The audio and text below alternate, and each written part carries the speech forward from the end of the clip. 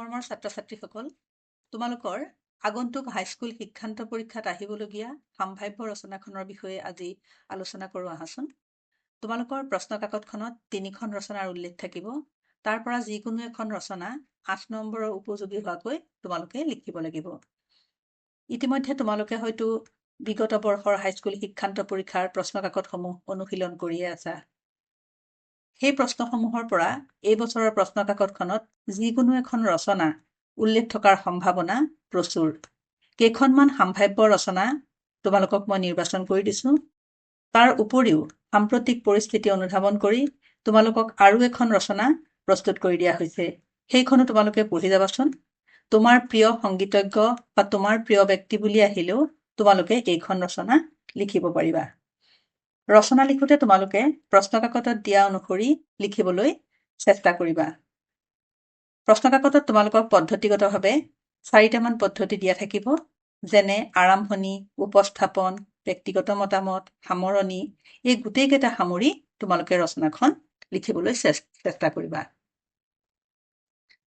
আজি মই তোমালোকক যিখন ৰচনা বিষয়ে ক'বলৈ ওলাইছোঁ, সেইখন ৰচনা হৈছে সংগীত শিল্পী জুবিন গাৰ্গ। আৰম্ভণি। 1972 চনৰ 18 নৱেম্বৰত মেঘালয়ৰ তুৰাত সংগীত শিল্পী জুবিন গাৰ্গৰ জন্ম হয়।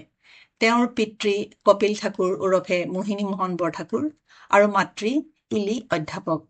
জুবিন গাৰ্গ অসম তথা ভাৰতৰ এগৰাকী প্ৰসিদ্ধ সংগীত শিল্পী। ইয়াৰ উপৰি তেওঁ এগৰাকী সংগীত পৰিচালক, গীতিকাৰ, সুৰকাৰ, অভিনেতা, চলচ্চিত্ৰ প্ৰযোজক, চলচ্চিত্ৰ পৰিচালক, চিত্ৰনাট্যকাৰ, বাদ্যযন্ত্ৰী, কবি আৰু সমাজকৰ্মী। উপস্থাপন।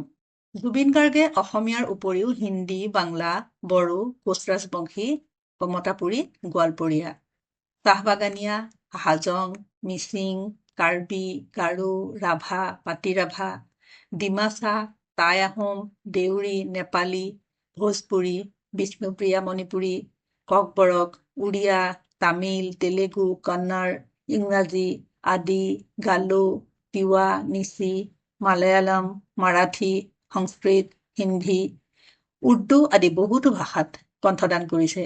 তেওঁ সংগীত যাত্ৰা প্ৰথমে ৰকেৰে আৰম্ভ কৰি পপ, ব্লুজ, ৰেগে, বিহুসুৰীয়া গীত, আধুনিক গীত, লোকগীতৰ পৰা হৰিনামলৈকে বিভিন্ন বিভাগৰ গীত পৰিৱেশন কৰিবলৈ লয়। এটা নিৰ্দিষ্ট বিভাগত জুবিন গাৰ্গৰ জীৱন আবদ্ধ নহয়।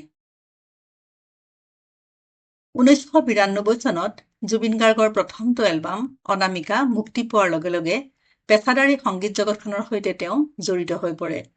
বাংলা চলচ্চিত্ৰ শুধু তুমিৰ কাৰণে জুবিন গাৰ্গে 2005 চনত শ্ৰেষ্ঠ সংগীত পৰিচালকৰ বঁটা লাভ কৰিছিল।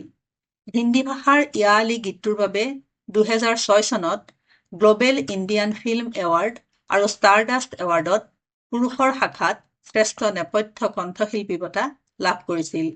ইয়াৰ উপৰি ইংৰাজী খাচী ছবি ইক'জ অৱ চাইলেন্সৰ বাবে শ্ৰেষ্ঠ সংগীত পৰিচালক হিচাপে তেওঁ ৰাষ্ট্ৰীয় বঁটা ৰজত কমল লাভ কৰে। 2009 চনত তেওঁ ত্ৰিলেখা শ্ৰেষ্ঠ অভিনেতাৰ বঁটা লাভ কৰে। আধুনিক অসমীয়া সংগীতত নতুন মাত্ৰা প্ৰদান কৰাৰ বাবে 2014 চনত জুবিন গাৰ্গলৈ ৰেনেচা অসম বঁটা আৰু 2024 চনৰ 27 মে'ত জুবিন গাৰ্গক মেঘালয়ৰ বিজ্ঞান আৰু প্ৰযুক্তি বিশ্ববিদ্যালয়ে সন্মানীয় ডক্টৰ অৱ লিটাৰেচাৰ ডিগ্ৰী প্ৰদান কৰে। 2025 চনত তেওঁ জীৱনজোৰা সাধনাৰ বাবে লাভ কৰে বেলতলা বহাগী উৎসৱ সমিতিয়ে আগবঢ়োৱা ডক্টৰ ভূপেন হাজৰিকা বঁটা। Sri Lanka, Dubai, America, West Indies, Malaysia, Oman, Kuwait, Chicago, San Francisco আদিৰ লগতে বিদেশৰ বিভিন্ন ঠাইত জুবিন গাৰ্গে 20তকৈও অধিক অনুষ্ঠানত ভাগ লৈছিল। জুবিন গাৰ্গ আছিল এজন বহু বাদ্যযন্ত্ৰীও। তেওঁ বহুকেইটা বাদ্যযন্ত্ৰ বজাব জানিছিল। তাৰ ভিতৰত Ananda Lahari, dhol, dotara, drum, guitar, harmonica, harmonium, mandolin, keyboard, tabla আৰু পাৰ্কিউচন বাদ্য আদি প্ৰধান। প্ৰায় 33 বছৰ জোৰা তেওঁৰ কেৰিয়াৰত জুবিন গাৰ্গে 40টা ভাষাত 40,000তকৈ অধিক গীত বাণীবদ্ধ কৰিছিল।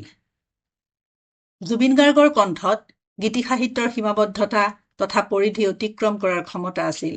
তেওঁৰ কণ্ঠৰ প্ৰক্ষেপণ তথা উত্থান পতন আৰু তেওঁ দিয়া হামিঙে অনুভূতিৰ মৰ্ম বহন কৰিবলৈ সক্ষম হৈছিল। সেয়েহে গুগলে মৃত্যুৰ পিছত তেওঁক হামিং কিং উপাধি প্ৰদান কৰে। ব্যক্তিগত মতামত: জুবিন গাৰ্গে বিশ্বায়নৰ যুগতো নিজৰ সাংস্কৃতিক শিপাডাল মৃত্যু পৰ্যন্ত খামুচি ধৰি আছিল। প্ৰকৃতিক জুবিন গাৰ্গে অন্তৰৰ পৰা যেনেকৈ ভাল পাইছিল তেনেকৈ যত্নও লৈছিল।